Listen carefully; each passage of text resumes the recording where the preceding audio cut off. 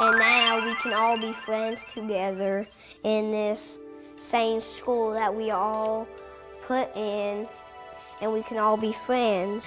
You know, when we began and we dived into Common Core several years ago, teachers started to deconstruct the standards. And I feel like at Whitesville, we were very skill-driven. Our teachers did an excellent job going through one standard after the other, but really it was more of a let's teach this standard and check it off, and let's teach this one and check it off with an assessment. And you know, they had a difficult time kind of interweaving and embedding all of those Common Core standards to really develop understanding and really build knowledge in students. So I think that when we started kind of working on that and working to change that mindset a little bit, we sort of took the approach into strategy work, and we really spent some time with Tanny McGregor and Comprehension Connections and did a lot of professional learning around those teaching strategies and those reading comprehension strategies that would help build knowledge. And so we spent really a whole year, year and a half, almost 2 years in really implementing those comprehension connection strategies and seeing kids start to annotate passages in new and different ways than they ever had before. So I had a conversation with our assistant superintendent about how she's seeing really awesome instruction here at Whitesville, but she still feels like our kids are not necessarily reading to build knowledge around a certain topic. And so I was almost frustrated in a way, because I thought, what do you mean? That was an awesome lesson to teach main idea. And it wasn't until I started to see the Wit and Wisdom instruction really take off that I realized she was exactly right. The most important thing I see about Wit and Wisdom is that it is purposeful reading for meaning. And what I mean by that is, before Wit and Wisdom, it seemed I taught random reading with trying to help my students master the standards. It would seem like the standards were the ends instead of the means. But Wit and Wisdom takes the standards and it embeds them within each module. It takes literary, the informational standards, and the integration of knowledge with each module. It makes the learning meaningful. Our teachers were teaching to check off a skill versus teaching to really immerse kids into reading and to really help them become lifelong learners that are wanting to go home and have conversations about what they read in reading, and are wanting to go to the library and check out another text that has something to do with what they just did during reading that day. So I think when our teachers started to work in Wit and Wisdom, and we started to do that, we kind of began with the instructional routines, because it connected back to some of that comprehension connections work and some of that strategy-based work that we had done. So we kind of went through the instructional routines. We kind of started to embed those into faculty meetings, into some of our different professional learning experiences that we were providing teachers. And teachers were really excited about that. It was great to be able to see a chalk talk vertically and go into a kindergarten classroom where they were doing that, and walk right into a 5th grade classroom where they were doing the same. I think it was about mid-module, then maybe end of the first module, where teachers were coming back and saying, oh my goodness, I had no idea that this is what reading instruction should truly look like, and now I completely get it. Now, you are going to do the same thing with our text that we did with our painting. You with me, table 4? You're going to notice and wonder about the cover. You're going to take a little walk through the book, okay, to notice, to wonder, and I'm going to drop these off at your table for you all to do that. So you have your cover inside your notebook, you have your notice and wonder chart made, and I want you guys to really take a minute to explore through the book. When we think about how far we have come, what we're seeing is it's not just the one check off of, yes, we mastered summarizing. It's not just that one check off of, okay, our kids can really synthesize the information that they just read and talk about a text, but it's really interweaving all of those things together to come to the table and be able to see how that entire module has built a whole new understanding around something. And here's Ruby Bridges, the true picture of her when she was littler. In 1960, that was a long time before Martin Luther King Jr., went against segregation, so she was a big hero in this time. And here's the William Flint School that was a lot more closer to her house than the black school. So the government went against the people at the white school and said Ruby Bridges should be allowed to go to the William Flint School because it's a lot closer to her house. What I think is most important about Wit and Wisdom is that it really gets down to the main point, and it helps us learn like why we read the story and what the story means to us. And The Boys' War is one of the books that we read. It was about the Civil War, and we had an essay to write about it. And in the Wit and Wisdom, there was this lesson to where they gave us this example essay, and we were supposed to decide whether the boys that attended in the Civil War were either old enough or way too young to be in the Civil War. All components of a wonderful reading curriculum are embedded, where there's videos, wonderful text, trade books where students have books in their hands, and YouTube clips, music, all kinds of things that go together within the theme of the module, where we don't have to spend time on gathering all the information and trying to look for the perfect text. And throughout the year, the modules build on each other. First, we explored the sea, then we explored the moon and immigration and how people explored their new countries and their new worlds. And also now we are digging into artists and how they make art. I moved this year from first grade to third grade, and I have been able to see the great connection between the grade levels, between the writing organizers, the acronyms that they use, the language, the procedures, the strategies. Everything is so connected that it's really neat to see it from my grade level and think, wow, all of that stuff that I did with my first graders was really getting them ready for what they need to do in third. It's just, I think it's great for that vertical alignment to be so clear.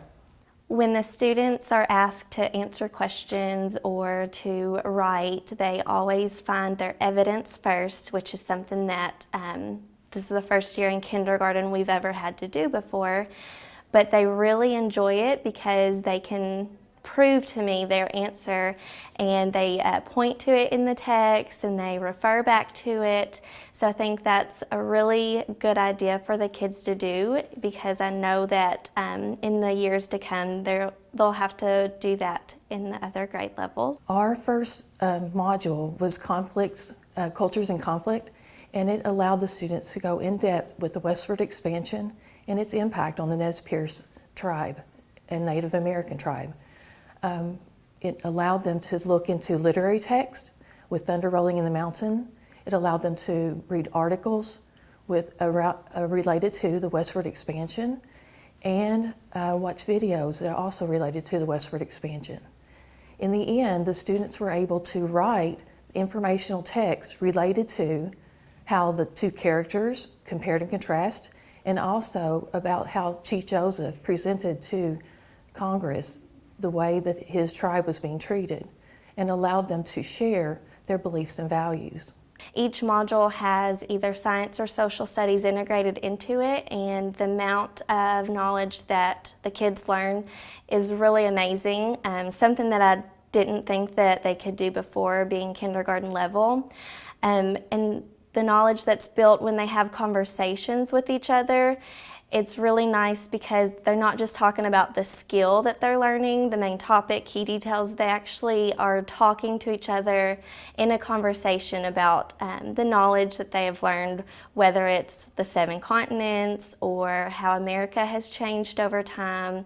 They've learned about the 5 senses, and all of these things that they have learned, they conversate with each other rather than just getting a little bit of the surface. They're going deeper. The students are explicitly taught speaking and listening skills, and that's one of the things that I can say in all my years of teaching that I never really taught explicitly. We did those, and those were tied into what we did, but the kids didn't have really good, valuable lessons on it, and that's what they need. They need to learn communication skills and how to work together.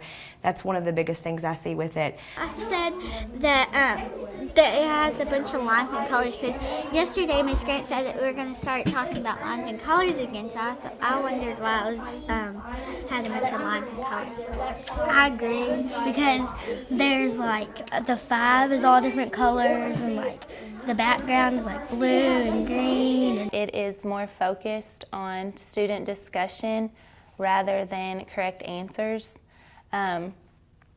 For example, we participate in several Socratic seminars throughout the modules that kind of focus on the essential question of the whole module.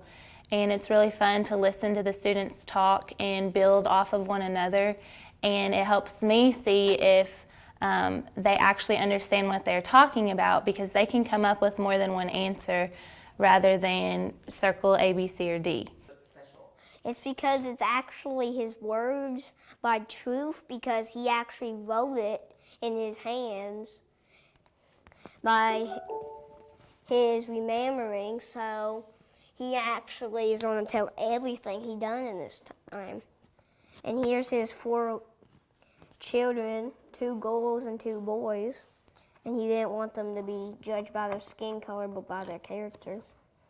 Their writing has progressed so much from the beginning of the year that it blows me away sometimes. I think it's great that their writing is connected to their reading and it's not a separate program, because I feel like their comprehension is that much deeper, and when they're writing about what they're reading, it just produces so much more valuable pieces. And that also embeds the writing standards, where it is related to the main text of each module.